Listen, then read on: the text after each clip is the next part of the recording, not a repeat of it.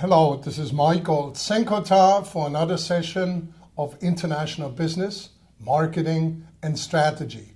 Welcome. Today we have with us Mr. Daniel Harris of the University of Arkansas, who recently retired after 29 years in policy positions at the U.S. Department of Commerce, where as Minister Counselor he had the rank equivalent to Major General. And he is now in Arkansas heading the Tyson's Center for Faith and Spirituality. And we'll explore a little bit what that means, how that affects international business, and why he's concerned about that. So let me start out with that. First of all, welcome, Dan. Thank you for being here. It's a pleasure, Michael. Thanks. And tell us a little bit about this faith and spirituality. It's sort of unusual as a topic. Why is this important in the international workplace? Yes.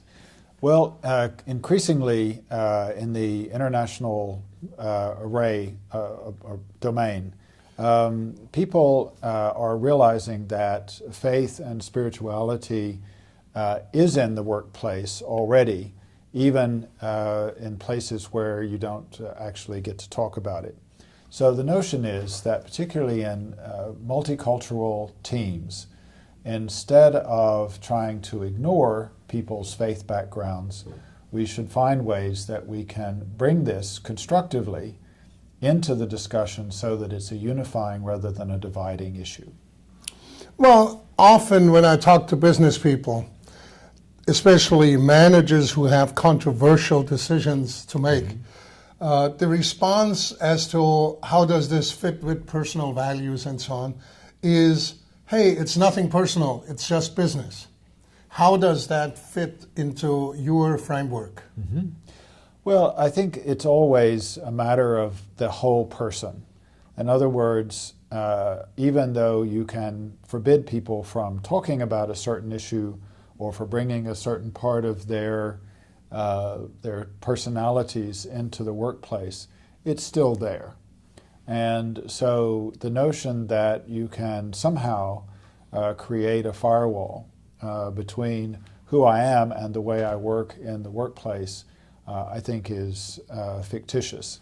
And an important part of what we have lived through in the United States in the last 50 years is to say diversity is not a bad thing, it's a great thing. And so we want people to be able to operate with their gender, their ethnicity, their sexual orientation, their disabilities. All of those things are part of who you are. And so in some ways, the last frontier is to allow people to bring their faith and their spirituality into the workplace in constructive ways. Well, I don't know about the last frontier, maybe the next frontier, because I'm sure that someday we'll come up with additional issues. But I'm wondering, in today's times, even big companies can get shrunk down because something happened far away, which they had really almost nothing to do with. Yes. So your concept of faith and spirituality, does that bring more certainty, less risk, a greater ability to deal with the punches? What, in the first instance, what it should do is to give people a sense in a company that the leadership genuinely cares about them as human beings. I think everybody who is awake and paying attention to globalization understands that there's no such thing as lifetime employment anymore, and that we all have to roll with the punches. However, if you believe that your leadership cares about you and cares about your longer term interest as well as just their short-term ability to get work out of you, then it gives people a greater sense of security that, yes, if this company has to downsize, be merged or acquired, at least there's going to be somebody there who will try to get me the best deal that she or he can.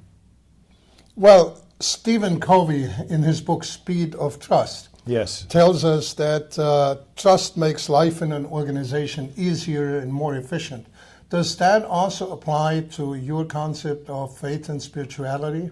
Absolutely. I think people who have respect for each other and recognize that even if they come from different faith traditions, they share important principles about the way individuals should be treated and the way they should treat each other.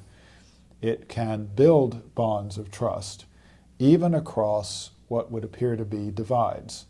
In other words, for Muslims, Christians, Jews, and Muslims are all children of the book. If you can start with that commonality, then when you have Christian Jews and Muslims working side by side, it can help to build trust because we recognize, first and foremost, that we are all coming from some common antecedents. And I think that Stephen Covey is absolutely right. There are really important benefits to be gained when people inside a company can trust each other and when your customers trust you and your suppliers trust you to deal with them in a fair and equitable way. Now, some claim that customers are getting more hostile, more demanding, more upset. Could your concept help there as well? Yes, I think to the extent that what you bring to the workplace is a whole person who has a genuine set of ethical values, and that the company itself also has values that are more than just public relations statements.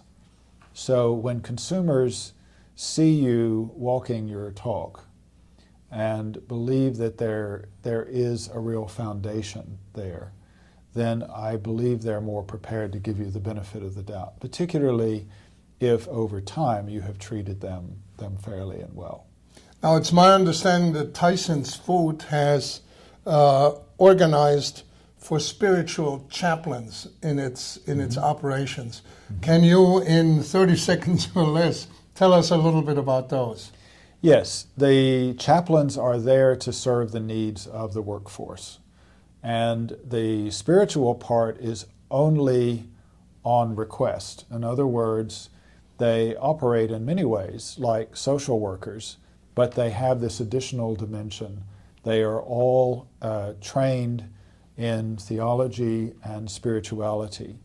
So where that's appropriate, they can draw on that spiritual tradition, but it is absolutely up to the employee whether or not the chaplains even bring that into the conversation.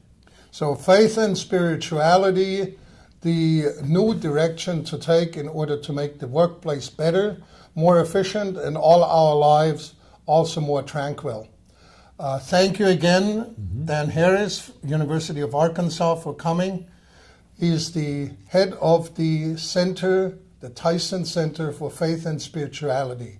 I'm Michael Czinkota. Thank you for joining us.